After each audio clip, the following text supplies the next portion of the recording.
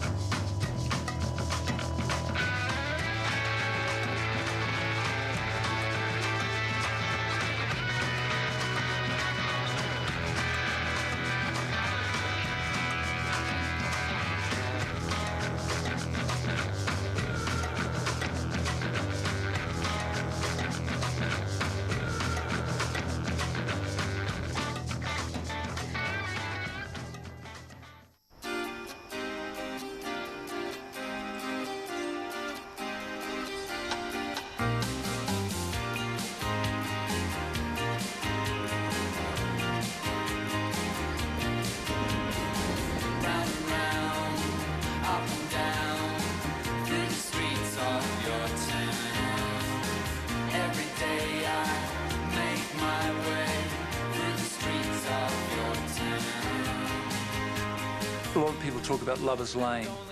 I wanted to get specific on it, you know, like where? You know, is it 16, is it 140? And Amanda got annoyed and she went, oh, why don't you just call it 16 Lover's Lane? And everyone went, you know, yeah.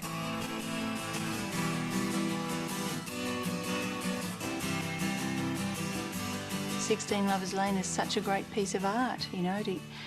It encapsulates virtually every stage of, you know, what we call love. The people next door got their problems. They got things they can't name. The relationships in that band, you know, so when I arrived, it was so complex. You know, there were two people who were a couple, and another two people who had just split up, and then there were these two boys who had been together since they were teenagers. There were two men and two women. You know, so it's a real, there's a whole bunch of dualities there. How many times can we talk about the fucking relationships in the band, man? I'm gonna make you happy. I'm gonna spin you around. I'm gonna cut your string. 16 Lover's Lane was recorded in Sydney, and remember, you know, we'd spent 5 years in London, and it really was like coming out of the coal mine into sunshine. This record is a very Australian-sounding record, and that, you know, upon returning, that the music was imbued with a sense of light and, you know, optimism and hope.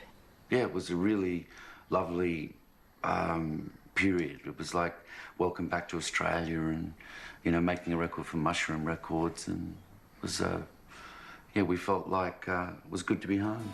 I don't want to let you out of my sight. Don't want to let you onto your flight. It's like any great record of its time. It sounds like the era it was made in, but it's still a great record. It's a great capture of those songs at that time. I hear pop music made intelligently and soulfully. So I think every Australian artist that's tried to use the pop medium and tried to express something truly unique and personal is indebted to the Go-Betweens.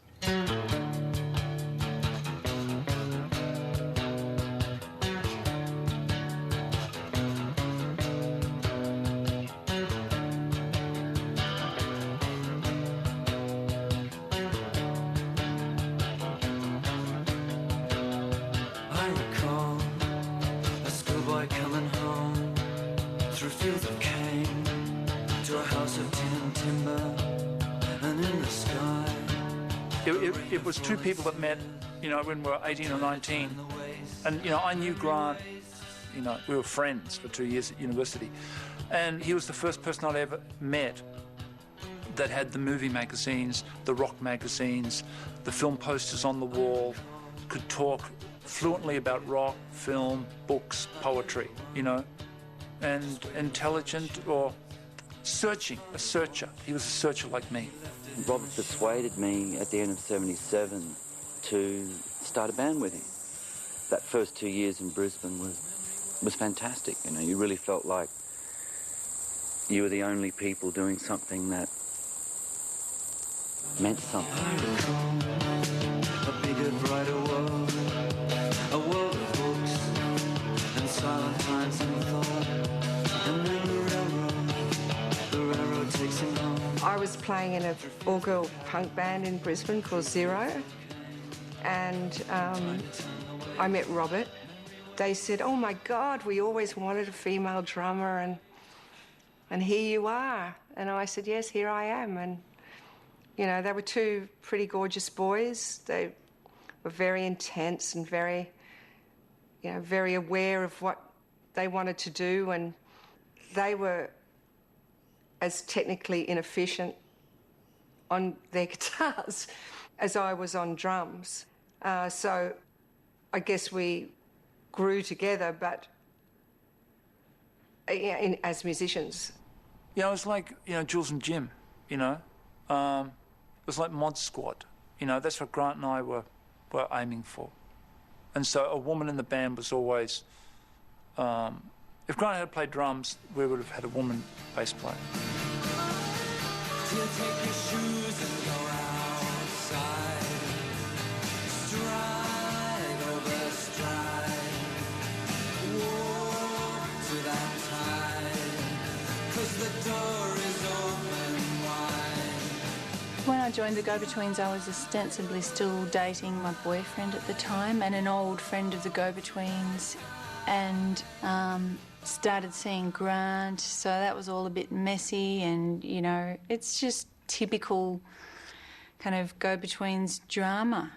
I think they wanted her in the band as a keyboard player, which she never actually did end up doing, but she, you know, played violin and other instruments that just really worked surprisingly with what they were doing at that time, and with the times generally, I think, in that late 80s period.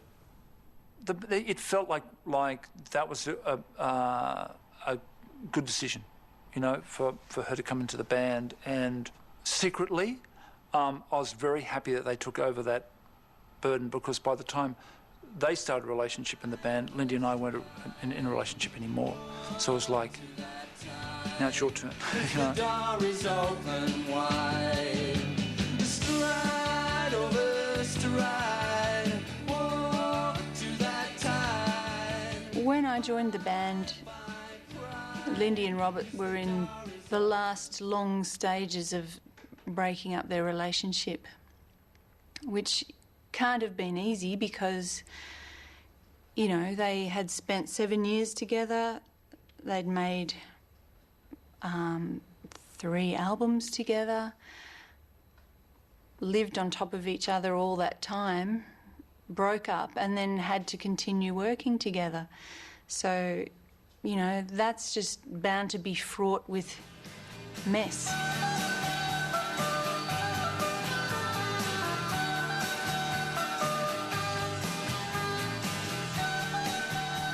At the end of the time in London, Robert Vickers said he wanted to go back to New York. So we arrived back in Australia needing a bass player. And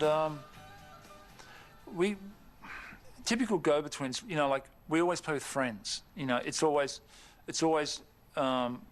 we feel more comfortable that way. You know, the notice board in the rock shop was not the way that we wanted to go, ever. It was always friends. Do you know someone, you know? Then at some point in very early 88, in January or something like that, they asked me to join. I think Lindy probably did it. John Willsteed is a terrific musician, and I think for 16 Lovers Lane, I reckon there were 2 people that I would call the real musicians, not to take away anything from the more heartfelt and intuitive approach of the others, but Willsteed and Brown were the 2 real trained, technically very skilled musicians. So that was the classic lineup.